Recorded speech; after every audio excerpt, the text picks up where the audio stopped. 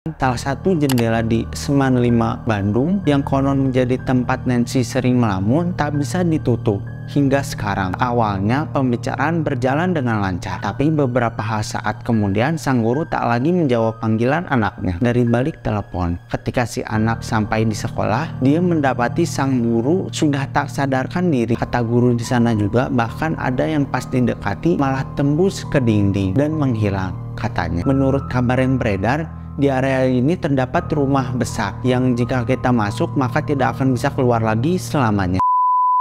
Sawadikap.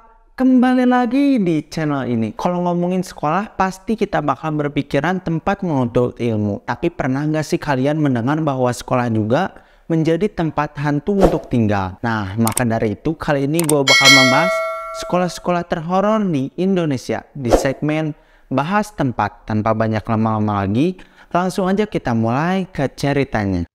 I get lost inside my thoughts, and when I start to think, oh, the how close it starts to end up on the bridge. 1. SMA 5 Bandung. Semua orang percaya kalau di setiap sekolah pasti memiliki cerita mistisnya. Bahkan saking mistisnya, cerita tentang hantu penunggu sekolah bisa menjadi urban legend yang terkenal sampai masa ke masa. Salah satu yang paling terkenal adalah cerita tentang hantu Nancy yang ada di SMA 3 dan SMA 5 Bandung. Dua sekolah yang berada di satu lokasi ini memiliki bentuk bangunan dengan gaya yang sangat klasik, mirip seperti bentuk Museum Fatailah yang ada di Jakarta Barat. Kalau kalian tahu, gak heran bangunan ini memang didirikan pada masa kolonial Belanda.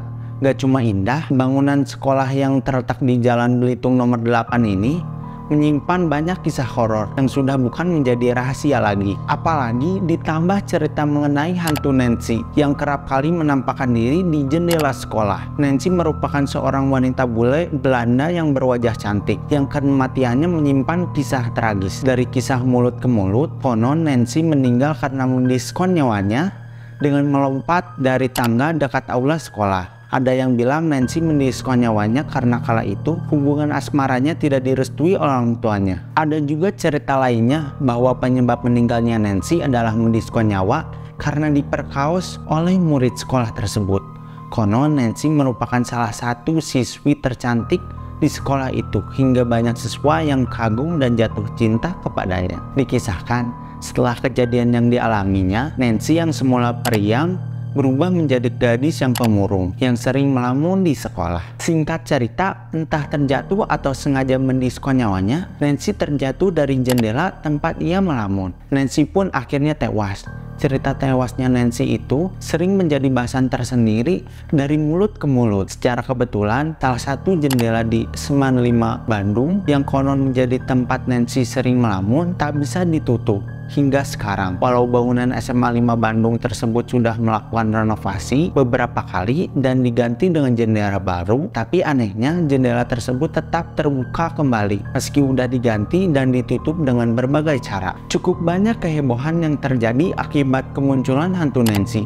Salah satunya datang dari seorang guru yang ketika itu memiliki beberapa pekerjaan sehingga baru bisa selesai ketika hari sudah mulai gelap.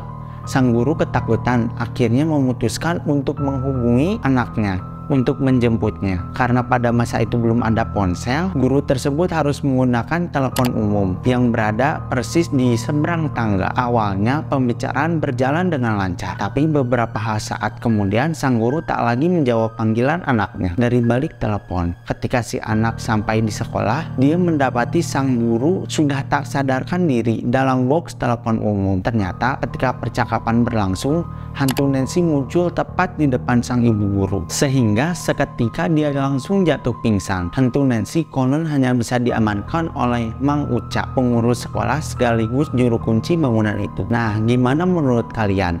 Apakah kalian percaya dengan cerita ini? Silahkan komen di kolom komentar di bawah. Nah, gimana gak serem bro kalau jendela sekolah nggak bisa ditutup? Apalagi sudah diganti berkali-kali. Kalau gua sih udah pindah sekolah, bos.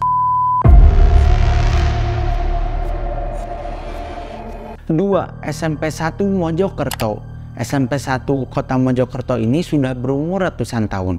Sekolah bekas zaman kolonial ini pernah menjadi basis perjuangan pada masa pertahanan kemerdekaan. Di balik sejarahnya yang panjang, tersimpan beragam cerita mistis, cerita tentang penampakan siswa misterius, hingga sayup-sayup suara bala tentara akrab di telinga para warga sekolah. Berbagai kejadian misteri di SMP 1 Kota Mojokerto ini tidak lepas dari riwayatnya yang telah melintasi 3 zaman. Selama puluhan tahun sejak 1926, gedung yang berada di Jalan Gajah Mada ini merupakan mulo atau setingkat sekolah menengah pertama di era kolonial Belanda.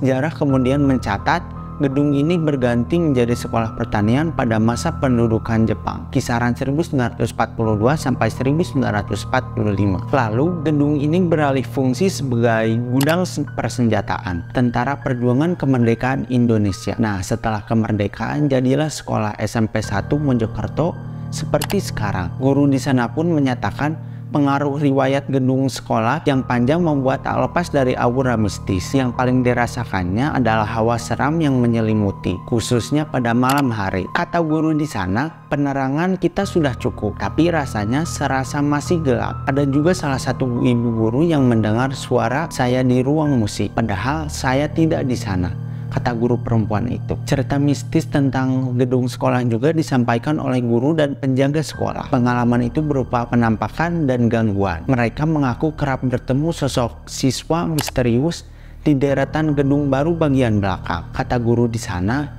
saat upacara bendera ada guru yang memeriksa ruang-ruangan kelas. Nah, ada anak yang lari masuk ke kelas. Dikiranya kan mau bolos, tapi pas didatangi si anak itu malah menghilang, kata guru di sana. Penampakan sosok siswa ini dialami oleh lebih dari satu guru. Mereka mengaku merinding karena sosok yang ditemui benar-benar mirip seorang siswa, lengkap dengan seragam sekolah. Kata guru di sana juga bahkan ada yang pas didekati malah tembus ke dinding dan menghilang, katanya. Dan juga bro, sosok lain yang kerap ditemui ialah noni Belanda. Perempuan itu berkeliaran di lorong kelas. Selain penampakan makhluk halus, warga sekolah juga akrab dengan kisah suara-suara misterius. Saat upacara bendera di hari Senin, terdengar suara seperti pasukan tentara yang ikut menyanyikan lagu Indonesia Raya. Sayup-sayup suara itu datang dari area belakang deretan kelas 9. Kata guru di sana, karena dulu di sini kan pernah menjadi markas tentara, mungkin mereka ikut menyanyi, katanya. Nah, gimana bro menurut kalian? Apakah kalian percaya dengan cerita ini atau enggak? Silahkan komen di kolom komentar di bawah. Gimana gak serem bro kalau arwah tentara ikut menyanyi pada saat upacara? Kalau gua sih udah kabur bos. 3. SMK 2 Yogyakarta. SMK Negeri 2 Yogyakarta merupakan salah satu sekolah menengah tertua di Indonesia. Dikenal dengan nama STEPSA atau PJS, Princess Juliana School. Kontroversi dari tema adalah rumor dan mitos tentang hantu-hantu yang ada di sekolah. Konon katanya PJS, Princess Juliana School, memiliki ruang bawah tanah rahasia yang dulunya digunakan sebagai penjara di masa kekuasaan Jepang dan juga digunakan sebagai ruang penyiksaan. Selain itu, terdapat pula beberapa tempat yang bisa dibilang istana dari para makhluk halus. Nah bro, ada juga beberapa spot yang dibilang paling angker di sekolah yang satu ini. 1. Lorong menuju area bengkel otomotif dari gedung utama. Memang lorong ini terkesan gelap karena tidak adanya lampu dan terkurung oleh gedung-gedung sekolah yang cukup tinggi. Di area ini, konon kabarnya semasa sekolah ini dijadikan rumah sakit di masa kolonial yang juga merupakan area kamar mayat. Dan konon katanya bro, di lorong yang satu ini sering terjadi penampakan yang sangat mengerikan. 2. Tangga koridor pintu perbatasan SMK 2 dengan SMK 3. Menurut kabar yang beredar, di area ini terdapat rumah besar yang jika kita masuk maka tidak akan bisa keluar lagi selamanya. Dan area ini sekarang menjadi area terlarang. 3. Area teori barat atau sering disebut Kulon Deso. Tempat ini sangat jauh dari gerbang utama sekolah, tapi konon katanya bro, tempat ini juga menjadi tempat pembuangan mayat para korban pembunuhan di masa kolonial. 4. Ruang 5. Ruang ini adalah ruang teori matematika. Konon katanya ruangan ini adalah pintu masuk utama ke ruang bawah tanah. Ruangan ini pula disebut-sebut paling angker. Gimana menurut kalian? Kalau misalnya yang gua sampaikan ada kekurangan, silahkan komen di kolom komentar di bawah. Gimana nggak serem bro kalau ada ruang bawah tanah yang kalau kita masuk gak bisa keluar lagi? Kalau gua sih udah pingsan bro. 4. SMA 1 Yogyakarta. SMA Negeri 1 Yogyakarta ini merupakan salah satu SMA favorit di Yogyakarta yang sering disebut juga dengan nama SMA Teladan. SMA ini memiliki beberapa cerita urban legend yang beredar dari tahun ke tahun di kalangan siswanya. Urban legend ini bernama Mbak Yayu. Dikutip dari berbagai sumber, Mbak Yayu dulu adalah seorang siswa di sekolah ini yang hamil di luar nikah. Karena malu, Mbak Yayu memutuskan untuk mendiskon nyawanya. Dia meninggal di salah satu ruangan yang digunakan sebagai gudang di lantai 3. Karena menjadi lokasi kejadian tak menyenangkan, ruangan ini kemudian ditutup oleh pihak sekolah hingga saat ini. Konon banyak saksi mata yang melihat sosok Mbak Yayu duduk di depan piano tua yang ada di ruang OSIS.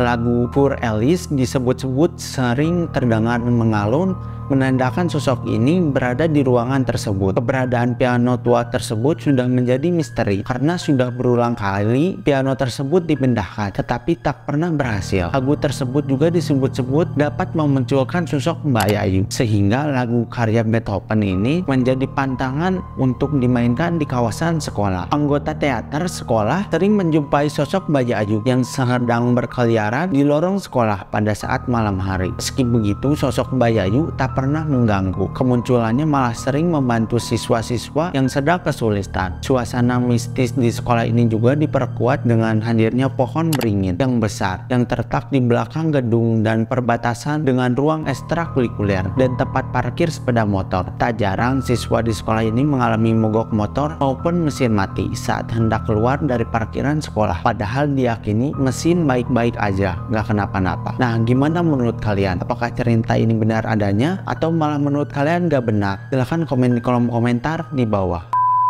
Gimana gak serem bro kalau hantu mainin piano? Kalau gua sih udah kabur bos. Segitu dulu cerita kali ini. Silahkan like kalau kalian suka dengan video ini. Silahkan dislike kalau kalian gak suka dengan video ini. Sampai jumpa lagi di video selanjutnya.